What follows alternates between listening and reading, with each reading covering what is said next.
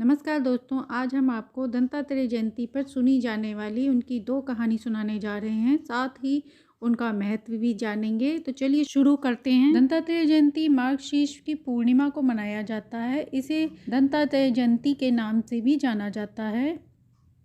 इनको ब्रह्मा विष्णु महेश का अवतार माना जाता है। इनमें तीनों देवों की शक्तियाँ मौजूद हैं।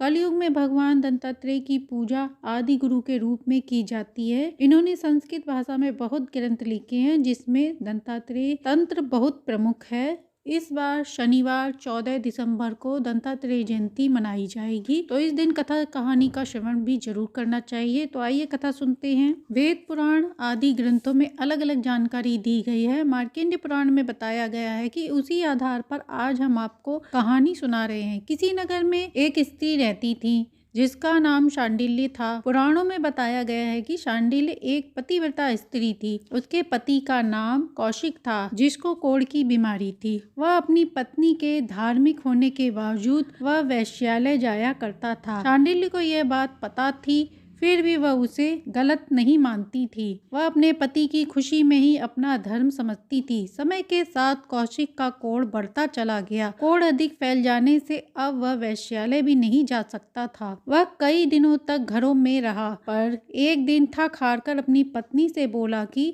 वह उसे वेश्यालय ले जाए, क्योंकि वह चल नहीं पा रहा था। उसकी पत्नी ने पति की आज्ञा को मानते हुए अपने पति को कंधे पर उठाकर वेश्यालय की ओर ले जाने लगी। रास्ते में उसे एक ऋषि मिलते हैं जो सूली पर टंगे रहते हैं। उनके राज्य में एक राजा से भूल हो जाने के कारण वह ऋषि को सूली पर लटकाने की सजा दे देते हैं। कौशिक यह सब नहीं जानता था। वह ऋषि को चोर समझकर घबरा जाता है और उस दृश्य को देखकर उसका शरीर कांपने लगता है, जिस कारण ऋषि को उसे देखकर धक्का लग जाता है। कई दिनों तक ऋषि सूली पर लटके रहे। साधारण तौर पर किसी व्यक्ति को इतने दिनों तक सूली पर लटके रहने पर उसकी मृत्यु हो जाती है, पर वह अपने योग बल से उस पीड़ा को सह रहे थे। इतने दिनों की पीड़ा सहते सहते वह परेशान हो चुके थे और क्रोधित भी थे, जिस कारण उन्होंने अपनी गुस्सा उस कौशिक को श्राप देकर शांत की और कहा कि कल के दिन तेरी मृत्यु हो जाएगी। ऐसा सुनकर शांडिल्य ने कहा सूर्य देव से कि आप अब से मेरे कहे बिना उदय नहीं होंगे। शांडिल्य में इतना बल था कि सूर्य देव उसकी बात टाल न सके। समय व्यतीत हो रहा था, संसार पूरी तरह थम गया। सूर्य के न उगने पर अनाज कम होने लगा, काम कम हो गया और लोग भूख से तड़प रहे थे। सूर्य के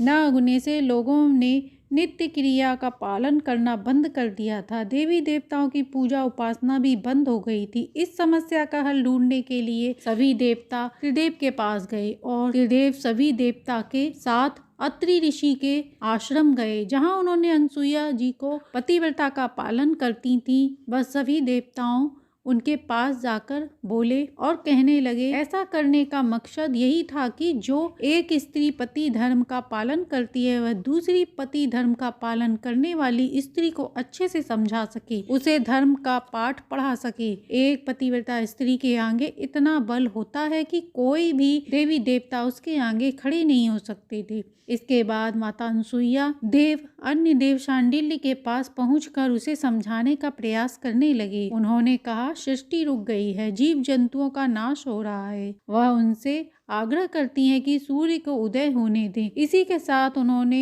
यह भी कहा कि यदि वह ऐसा करेंगी तो वह उनके पति को सभी प्रकार के श्राप से मुक्त कर देंगी और लंबी आयु का वरदान मिलेगा, कोढ़ भी समाप्त हो जाएगा। इसके बाद शांडिल्य सूर्य देव को दिए वचन से मुक्त कर देती हैं। सूर्य देव अपने समय पर उदय होते हैं। संसार में फिर से एक बार खुशहाली छा जाती है। इसके बाद त्रिदेव प्रसन्न होकर माता अनसुईया से वरदान मांगने को कहते हैं। माता अनसुईया के कोई संतान नहीं थी, इस कारण वह त्रिदेव को अपने घर में पुत्र रूप में जन्म लेने का आग्रह करती हैं। त्रिदेव उन्हें वरदान देकर चले जाते हैं। अब सुनते हैं दूसरी कहानी। दूसरी कथा के अनुसार माता अनसुईया अत्रि ऋषि से नाराज होकर तप करने चली गईं। 20 साल तक एक लकड़ी के टुकड़े पर शयन करके बिताया। इसके तप व्रत से प्रसन्न होकर भगवान शिव उन्हें दर्शन देते हैं। वह वरदान मांगने को कहते हैं। माता अनसुईया अपने पति से रुष्ट थी। वह शिव जी से ऐसी कामना करती हैं। कहती हैं, हे प्रभु, आप मुझे ऐसा वरदान दें कि मेरी संतान का जन्म मेरे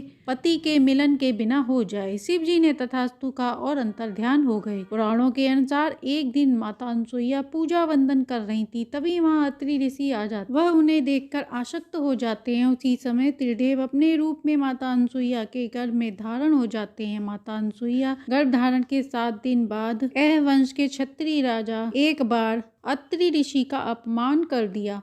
वह कुछ कटु वचन कह रहे थे। पास ही खड़ी माता अनसुईया के गर्भ में प्रभु सुन रहे थे।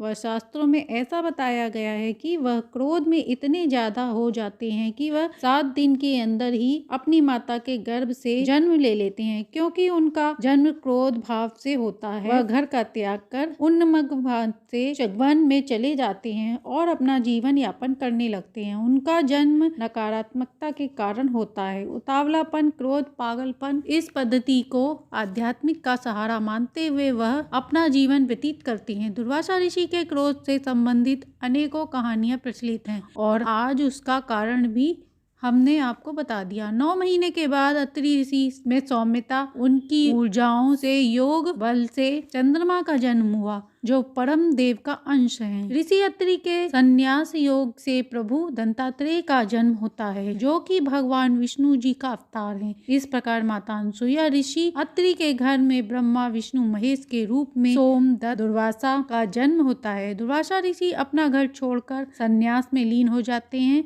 वह अपनी समस्त शक्तियां भगवान दंतात्रेय को दे जाते हैं। उसी प्रकार जब चंद्रदेव स्वर्ग जाते हैं तो अपना ब्रह्मत्व भगवान दंतात्रेय को दे जाते हैं। इसलिए इन्हें त्रिमुखी या त्रिदेव का अंश माना जाता है। तो ये थी दंतात्रेय तिथि पर सुनी जाने वाली 2 कहानी, जिसे सुनने से विष्णु भगवान की कृपा बरसती है। कहानी अच्छी लगी हो तो लाइक एंड सब्सक्राइब करें।